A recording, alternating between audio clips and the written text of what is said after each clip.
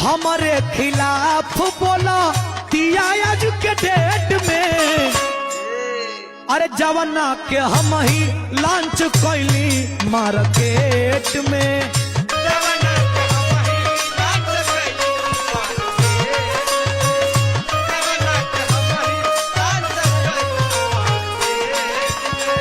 और पुलका चुआवत रहे पहले भेंट में।